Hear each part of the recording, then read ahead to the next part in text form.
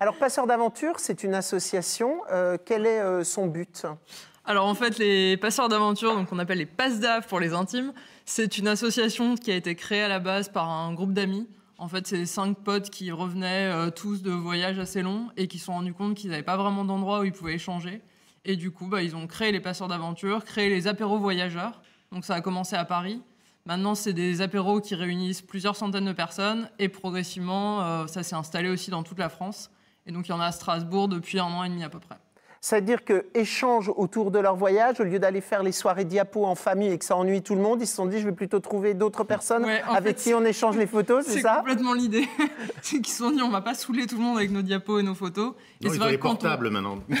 C'est vrai que quand on revient d'un voyage, pas forcément toujours évident parce que si on a fait un voyage qui est très long, les gens entre-temps sont restés, savent pas trop quoi demander, on n'a pas envie de les saouler forcément. Et du coup, les apéros voyageurs, ça permet de parler de voyage. Mais il n'y a pas que les gens qui ont fait les tours du monde ou qui sont des grands voyageurs. Et ça, j'insiste vraiment là-dessus, c'est pour tout type de voyage. Alors, tout type de voyage, mais je suppose que si on est parti une semaine en all-inclusive aux Baléares ou en République dominicaine, ce n'est pas le genre de voyage qui va forcément intéresser l'association. On est plus dans des choses plus aventure, passeurs d'aventure. Pas vraiment. Enfin, l'association n'a vraiment pas envie de catégoriser les voyages. Donc, quelqu'un qui aime voyager, qui a envie de parler voyage et d'échanger sur le sujet est vraiment le bienvenu. Et même si la personne fait un voyage par an de 3 jours, enfin, c'est vraiment pas un souci. Il est le bienvenu aussi, notamment à l'apéro. On va maintenant partir en voyage avec passedav.fr, donc passeurs d'aventure, site internet qui permet aux voyageurs de se rencontrer autour d'un apéritif, il faut le dire. C'est assez sympathique. Oui, le voyageur, souvent, aime bien les apéros, la convivialité. Voilà. Il y a quelques ateliers aussi qui sont proposés si les gens veulent faire, par exemple, de la photo, des films. Et puis aussi, il y a des projections de films de voyage. Oui, c'est ça. En fait, on essaye... donc, la base, c'est vraiment les apéros voyageurs qui ont lieu tous les 2-3 mois. Et ensuite, on essaie de faire des choses plus thématiques. Et donc là, on a une projection à Strasbourg, jeudi 28 mars. À l'UGC. On va tout de suite en voir un petit extrait, on en parle tout de suite après. Super.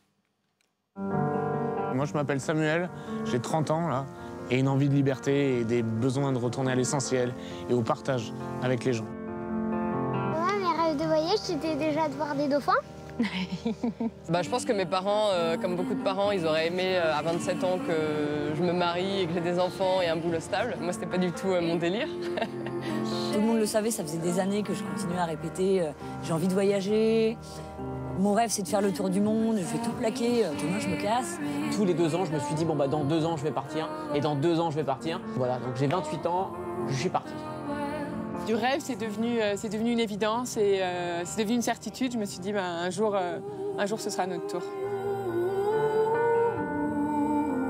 C'est le meilleur moment de ma vie. Je ne sais pas comment vous raconter ça. J'ai eu de l'euphorie, de liberté, oui. Et sans ça, c'est pas que j'existe pas, mais j'ai pas de matière, tu vois.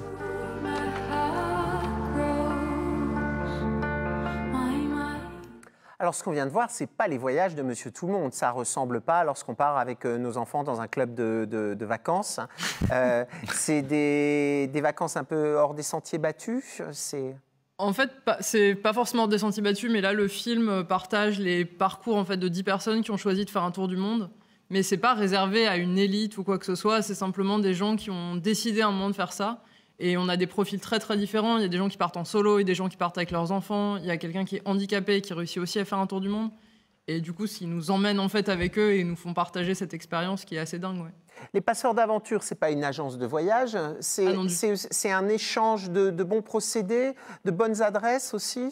En fait, on est une association et nous, notre but, c'est juste que les gens se rencontrent, que les gens qui ont envie de parler de voyage se rencontrent. Donc ensuite, évidemment, dans les rencontres, il va y avoir des échanges de bons plans. Mais nous, on n'est pas là pour fournir des bons plans, on est juste là pour provoquer la rencontre. C'est ce que j'ai apprécié en allant sur le site internet. D'abord, je suis allée sur le site, je me suis dit, il y a très peu de choses. Et puis en fait, je me suis dit non, il privilégie le contact humain. C'est vraiment de faire venir les gens et on échange ces bons procédés, mais en live, quoi. Ouais, c'est pas via les réseaux sociaux. Non, en fait, le site, il est juste là pour présenter l'association. Ensuite, on partage sur la page Facebook régulièrement des événements autour du voyage. En fait, le but, c'est juste de créer une communauté de gens qui aiment voyager, c'est tout. Les tours du monde, c'est des gros budgets, il faut bien économiser. Est-ce qu'il y a ce genre de choses quand même? Vous en avez déjà fait un ou... Moi, non, j'ai pas fait de tour du monde. Mais dans les gens qui font des tours du monde, il y a vraiment différents profils. En fait, il y a un peu tout type de budget. En général, les gens ont quand même mis de l'argent de côté. Ça veut à nouveau pas dire que c'est réservé à une élite, parce que beaucoup de gens, juste progressivement, mettent de l'argent de côté pour faire ça. Après, il faut quand même, je pense, des conditions familiales optimales, parce que je ne sais pas si on peut, Judith, toi, tu partirais faire le tour du monde avec tes enfants, là, comme ça, clac, c'est possible? 10 et 5 ans, donc pourquoi pas? On est assez baroudeurs, hein, franchement, et les enfants suivent plutôt facilement, donc ouais, pourquoi pas, quoi. Ah oui, toi, tu arrêterais ton job et tout. Tu ne te poses pas la question, est-ce qu'ils ont les vaccins? Est-ce qu'on est couvert sanitairement parlant pour revenir? Bien sûr, bah si, bien entendu, tu prends tes dispositions avant, mais ouais. En fait, c'est une vraie préparation. C'est ça, faut mais pas y ensuite, aller comme ça, mais... tous les gens d'ailleurs qui ont fait un tour du monde le disent, c'est qu'on se dit toujours c'est pas le bon moment, c'est pas le bon moment. Mais à un moment, si on le décide, c'est le bon moment. C'est juste qu'on se prépare. Et le profil, c'est quoi? C'est plutôt les célibataires? C'est plutôt les familles? C'est plutôt le trentenaire? C'est ça qui est génial. Honnêtement, il y a tout type de profil dans les tours du mondistes, et c'est ce que met en avant le film. C'est que là, il y a des célibataires, il y a des gens qui partent en couple, des gens qui partent en famille, une maman solo avec ses enfants. Enfin, il y a vraiment tout type de profil, et c'est génial. Le prochain apéro, il a lieu quand? Parce que si on n'a pas encore vraiment voyagé, ça va être intéressant. Alors, le prochain a lieu jeudi, donc jeudi 28 mars. C'est à 19h à l'UGC à Strasbourg, et ça commence par la partie apéro voyageur, disons classique. Et ensuite, on a la projection du film à 20h. Voilà, et on y va principalement pour les voyages. Le côté apéritif, c'est juste la convivialité. Si vous êtes un pique-assiette et que vous y allez pour boire avec modération, c'est pas le bon plan. Voilà. Merci en tous les cas d'être venu en parler ici autour de notre Stammtisch.